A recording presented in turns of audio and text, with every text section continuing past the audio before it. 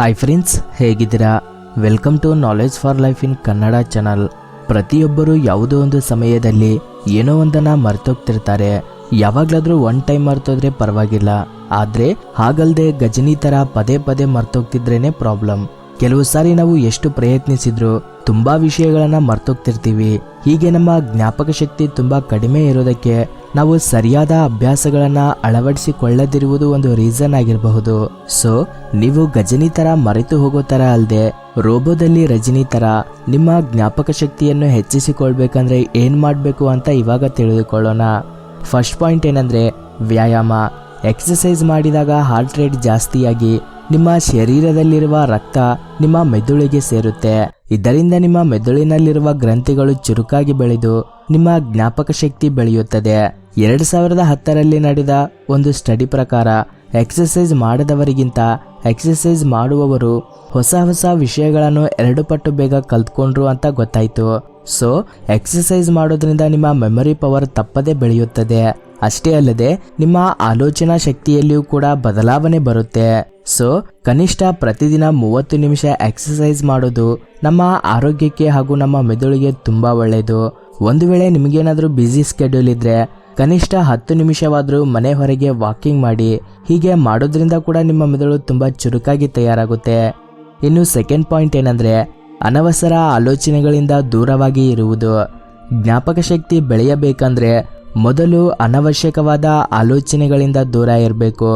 ಅನವಶ್ಯಕ ಆಲೋಚನೆಗಳನ್ನು ಆಲೋಚಿಸುವುದರಿಂದ ನಮ್ಮ ಮೆದುಳಿನ ತುಂಬಾ ಎನರ್ಜಿ ಅನವಶ್ಯಕವಾಗಿ ವೃಥಾ ಆಗುತ್ತೆ. ಸೊ ನಮಗೆ ಅವಶ್ಯಕತೆ ಇಲ್ಲದಿರುವ ವಿಷಯಗಳನ್ನು ಹಚ್ಕೊಳ್ಳೋದ್ರಿಂದ ನಮ್ಮ ಸಮಯ ಹಾಳಾಗೋದಷ್ಟೇ ಅಲ್ಲದೆ ನಮ್ಮ ಮೆದುಳಿನ ಮೇಲೆ ತುಂಬಾ ಅಡ್ಡ ಪರಿಣಾಮಗಳನ್ನು ಬೀರುತ್ತೆ. ಇನ್ನು ಥರ್ಡ್ ಪಾಯಿಂಟ್ ಏನಂದ್ರೆ ಮೆಡಿಟೇಷನ್ ಮಾಡೋದು. ನಿಮಗೆ ಗೊತ್ತಾ ಸ್ನೇಹಿತರೆ, ನಿಮ್ಮ ಮನಸ್ಸಿನಲ್ಲಿರುವ ಆಂದೋಲನ ಹಾಗೂ ಒತ್ತಡ ನಿಮ್ಮ ಜ್ಞಾಪಕ ಶಕ್ತಿಯ ಮೇಲೆ ಪ್ರಭಾವ ಬೀರ್ತವೆ.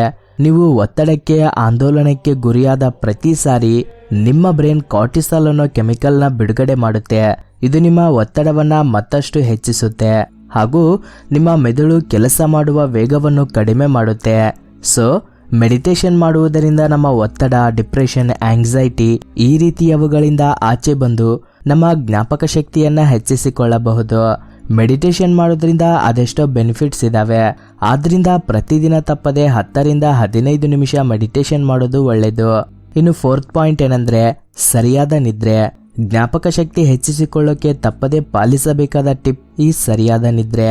ನಿದ್ರೆ ಬರೀ ನಿಮ್ಮ ಮೆದುಳಿನ ಎನರ್ಜಿ ಅಷ್ಟೇ ಅಲ್ಲ, ನೀವು ಮಾಡೋ ಪ್ರತಿ ಕೆಲಸದ ಮೇಲೆ ಉತ್ತಮವಾದ ಪ್ರಭಾವ ಬೀರುತ್ತೆ.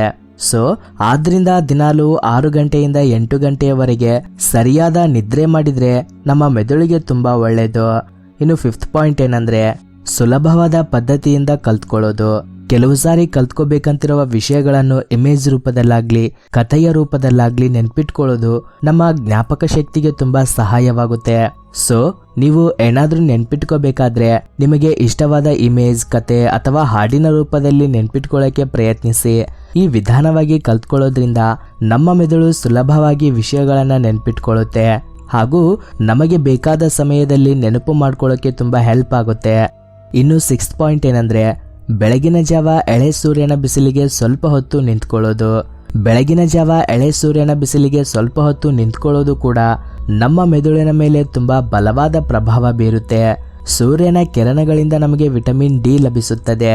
ವಿಟಮಿನ್ ಡಿ ನಮ್ಮ ಮೆದುಳಿನಲ್ಲಿರುವ ನರಗಳು ತುಂಬಾ ಬಲಿಷ್ಠವಾಗಿ ಬೆಳೆಯೋಕೆ ಉಪಯೋಗವಾಗುತ್ತೆ. ಸೊ ಪ್ರತಿದಿನ ಬೆಳಗಿನ ಜಾವ ಎಳೆ ಸೂರ್ಯನ ಬಿಸಿಲಿಗೆ ಸ್ವಲ್ಪ ಹೊತ್ತು ನಿಂತ್ಕೊಳ್ಳಿ. ಇನ್ನು 7th ಪಾಯಿಂಟ್ ಏನಂದ್ರೆ ಬ್ರೈನ್ ಚಾಲೆಂಜ್ ಟಾಸ್ಕ್ ನ ಮಾಡಿ. ನೀವು ನಿಮ್ಮ ಬ್ರೈನ್ಗೆ ಚಾಲೆಂಜ್ ಮಾಡುವ ಟಾಸ್ಕ್ ನ ಮಾಡದಿದ್ರೆ ನಿಮ್ಮ ಮೆದುಳು ಕೆಲಸ ಮಾಡುವ ರೀತಿ ಕೂಡ ಕುಂದುತ್ತೆ. ಸೊ ನೀವು ಚೆಸ್, ರೂಬಿಕ್ಸ್ ಕ್ಯೂಬ್ಸ್ ಈ ರೀತಿಯ ಗೇಮ್ಗಳನ್ನ ಆಡ್ತೀರಿ. ಸೊ ಅವಾಗವಾಗ ನೀವು ಈ ರೀತಿಯ ಚೆಸ್ ಕ್ಯೂಬ್ಸ್ ಈ ರೀತಿಯ ಬ್ರೈನ್ಗೆ ಚಾಲೆಂಜ್ ಮಾಡುವ ಟಾಸ್ಕ್ ನ ಮಾಡೋದ್ರಿಂದ ನಿಮ್ಮ ಬ್ರೈನ್ ತಪ್ಪದೇ ಇಂಪ್ರೂವ್ ಆಗುತ್ತೆ. ಸೊ ದಿನಕ್ಕೆ 5 ರಿಂದ 10 ನಿಮಿಷ ಬ್ರೈನ್ಗೆ ಚಾಲೆಂಜ್ ಕೊಡುವ ಟಾಸ್ಕ್ ಅಲ್ಲಿ ಪಾಲ್ಗೊಳ್ಳೋದು ತುಂಬಾ ಒಳ್ಳೆಯದು. ಇನ್ನು 8th ಪಾಯಿಂಟ್ ಏನಂದ್ರೆ ಮಲ್ಟಿ ಟಾಸ್ಕಿಂಗ್ ನ ನಿಲ್ಲಿಸಿ. ನೀವು ಒಂದೇ ಸಾರಿ ಒಂದಕ್ಕಿಂತ ಹೆಚ್ಚು ಕೆಲಸಗಳನ್ನ ಪೂರ್ತಿ ಮಾಡೋಕೆ ಪ್ರಯತ್ನಿಸಿದ್ರೆ ನೀವು ಸಣ್ಣ ಇಂಪಾರ್ಟೆಂಟ್ ವಿಷಯಗಳನ್ನ ಮರೆತು ಹೋಗುವ ಅವಕಾಶಗಳು ಜಾಸ್ತಿ ಇರುತ್ತೆ. ನಮ್ಮ ಮೆದುಳು ಯಾವತ್ತೂ ಒಂದೇ ಸಮಯದಲ್ಲಿ ಎರಡು ವಿಷಯಗಳನ್ನ ಗ್ರಹಿಸುವುದಿಲ್ಲ. ಅದು ಒಂದು ವಿಷಯದಿಂದ ಇನ್ನೊಂದು ವಿಷಯಕ್ಕೆ ದೃಷ್ಟಿ ಇಡೋಕೆ ಕೆಲವು ಸೆಕೆಂಡ್ಸ್ ಅನ್ನೋದು ಹಿಡಿಯುತ್ತೆ. ಸೊ ಎಲ್ಲಾ ಕೆಲಸಗಳನ್ನ ಒಂದೇ ಸಾರಿ ಅಲ್ಲದೆ ಒಂದೊಂದು ಕೆಲಸಗಳನ್ನ ಪೂರ್ತಿ ಮಾಡಿ. ಇನ್ನು 9th ಪಾಯಿಂಟ್ ಏನಂದ್ರೆ, ನಗುತ್ತಾ ಸಂತೋಷದಿಂದ ಇರಿ. ಯಾವಾಗ್ಲೂ ನಗ್ತಾ ಸಂತೋಷ ಭಾವನೆಯಿಂದ ಇರಿ. ಯಾಕಂದ್ರೆ ನಾವು ಎಷ್ಟು ಪಾಸಿಟಿವ್ ಆಗಿ ಸಂತೋಷವಾಗಿರ್ತೀವೋ ಅಷ್ಟು ನಮ್ಮ ಆರೋಗ್ಯ, ನಮ್ಮ ಜ್ಞಾಪಕ ಶಕ್ತಿ ಹೆಚ್ಚುತ್ತದೆ. ಅಷ್ಟೇ ಅಲ್ಲದೆ ಇದು ನಿಮ್ಮ ಕಾನ್ಫಿಡೆನ್ಸ್ ಲೆವೆಲ್ಸ್ನ ಕೂಡ ಜಾಸ್ತಿ ಮಾಡುತ್ತೆ. ಸೊ ಯಾವಾಗ್ಲೂ ನಗ್ತಾ ಆನಂದವಾಗಿರಿ. ಸೊ ಸ್ನೇಹಿತರೆ, ಇದು ಇವತ್ತಿನ ವಿಡಿಯೋ. ಈ ವಿಡಿಯೋ ನಿಮಗೆ ಇಷ್ಟ ಆಗಿದ್ರೆ ಲೈಕ್ ಮಾಡಿ ಹಾಗೂ ನಿಮ್ಮ ಸ್ನೇಹಿತರಿಗೆ ಮತ್ತು ಸಂಬಂಧಿಕರಿಗೆ ಈ ವಿಡಿಯೋವನ್ನು ಶೇರ್ ಮಾಡಿ. ನೀವೇನಾದರೂ ನಮ್ಮ ಚಾನಲ್ಗೆ ಫಸ್ಟ್ ಟೈಮ್ ವಿಸಿಟ್ ಮಾಡಿದರೆ ಸಬ್ಸ್ಕ್ರೈಬ್ ಮಾಡಿಕೊಂಡು ಹಾಗೆ ಪಕ್ಕದಲ್ಲಿರುವ ಬೆಲ್ ಐಕಾನ್ ಕೂಡ ಆಕ್ಟಿವೇಟ್ ಮಾಡ್ಕೊಳ್ಳಿ. Thank you for watching this video. ಜೈ ಹಿಂದ್.